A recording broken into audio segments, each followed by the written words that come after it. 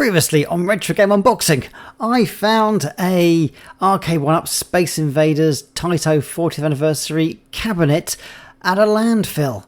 And yeah, this thing was beaten up, it stank and it was ruined. So I got a scrubbing brush, I got some isopropyl alcohol, and I got a metric F-Tom bleach, stuck my gloves on, gave it a scrub, and tried to turn this thing back into the wonderful thing it used to be. So this week, now that we've got it cleaned, we're going to reconstruct it, we're going to put some of the supports back into it, make it structurally sound, and we are going to stick a Raspberry Pi on it and see if we can't get it to run Retropie. Hey, I've got to have something to do the weekend. Let's get on and see if we can't get this thing to work.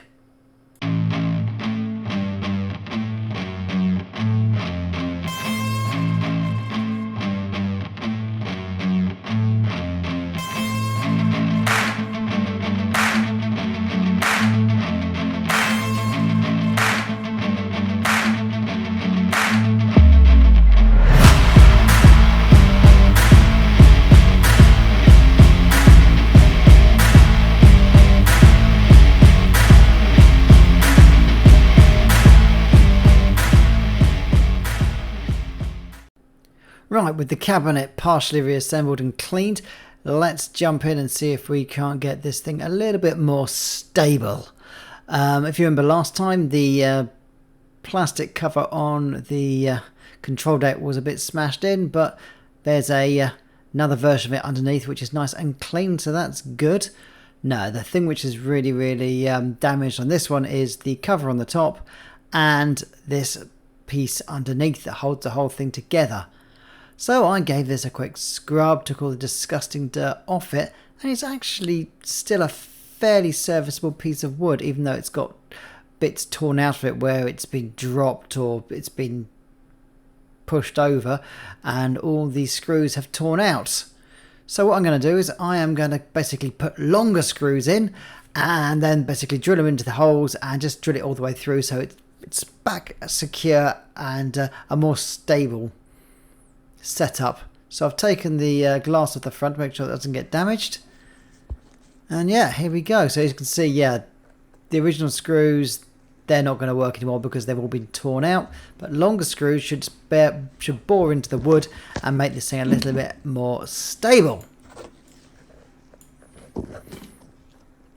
So yeah, first things first, I have chosen these screws. They are self-tapping and they are flat Phillips head screws. So I just put these straight in here. As you can see, the holes are ruined because somebody's knocked it over or pushed it over and damaged it. But yeah, these should go straight in, and I'll just twist it round, start getting them in place, then I will screw them in and get them nice and tight and in the new positions. There we go. See, it goes all the way through and then into some nice clean wood as well. So not the strongest thing in the world, but 4 of those screwed in. Actually, this one didn't have too much damage at all, and this one was just starting to split, but with a longer screw that should hold. After some closer inspection, the board has actually blown, so the monitor's fine, but this is never going to play Space Invaders again. So I am going to need to put a Raspberry Pi in here. And to do though, I'm going to need to make some alterations to the system itself. I'm going to add some extra buttons. As you can see, there's 3 buttons there: player 1, player 2 and fire. So yeah, I'm going to need a different pattern. I'm going to need to basically work out where I want to put the new buttons. Here are my buttons and the Raspberry Pi that I ordered off eBay. Here's some patterns that I was looking at using, and eventually I thought, you know what, let's just use the patterns which are actually on the control panel itself. And so yeah, I'm going to do a few layouts and see which one I like best. It's pretty much down to adding buttons to the left or adding buttons to the right, and I think I'm going to go for adding buttons to the right as it will look neater.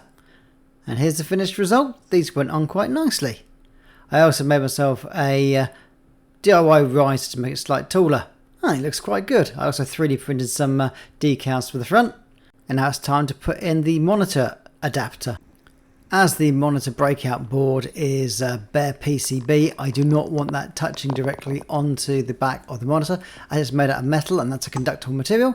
So I 3D printed this nice little 3D printed bracket which allows me to put several of the PCBs straight on here, and then I can attach those to the back of the monitor, and there'll be no metal on metal contact, so nothing's going to short and damage my system if that happens. And let's have a quick shifty in the back here. And if you're not British, shifty means let's have a look. And yep, there's the board. Let's attach the stuff to it. It's all sort of hanging loose in here, and each one of the support struts on it has a little screw hole, so I can basically put a screw in each one of these. I use a little self tapper, and they should hold it on and make sure the PCB stays in place and nothing shorts out. It's going to take a while to get this thing to attach, as it's all soldered onto the monitor already. So give me a few seconds and I'll get this in place.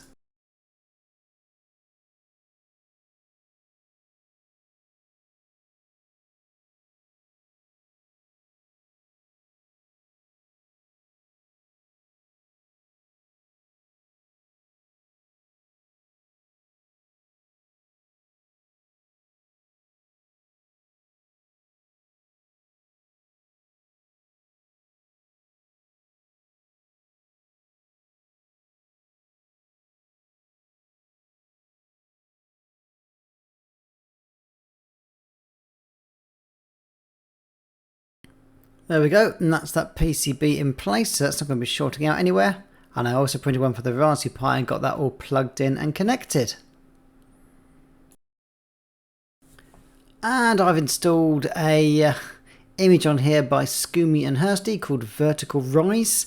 It's a fantastic load of vertical sort of bottom to top shoot 'em ups, bullet hells, a couple of racing games, but all with the monitor on its side. So you've got the thin lines at the top and bottom and the long sides either side.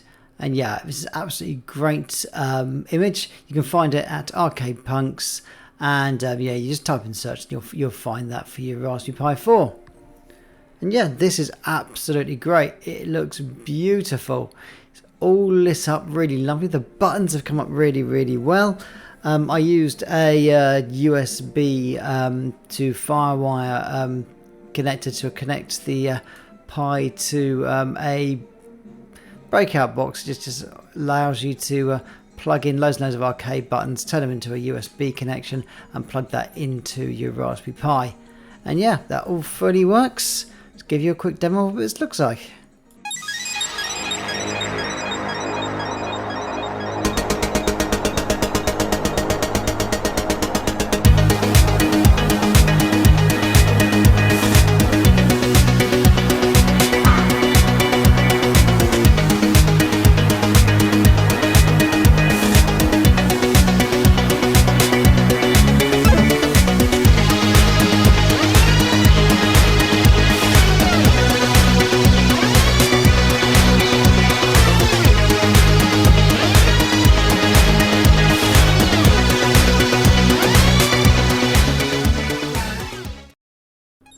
And with that, this restoration is done. From trash to treasure might sound a little bit harsh, but I think this is pretty much where that came from. This was in a landfill. It was about to be chucked into a skip, and I had a chat with the nice guy who ran it, and he said, yep, help yourself. So that got chucked to the back of my car, and with some love and some elbow grease and a huge amount of bleach, cleaning products, and a bit of care and attention, this is now a lovely arcade piece. As I say, the board inside was not salvageable, so I replaced it with a Raspberry Pi 2. No, sorry, Raspberry Pi 3. Raspberry Pi 3B, in fact. And yeah, chucked RetroArch on it, and also Retropie, and chucked in a lovely image, and just had loads and loads of vertical shooters uploaded to it. And this thing runs absolutely beautifully. The art's great on it. I 3D printed a coin door there, some little icons there on the front as well. Drilled some new holes in the control panel, added some proper buttons, some proper sticks. Kept the original circle knob on the top though. And yeah, added a nice light up marquee and some sound, and this thing's great. Thanks for watching.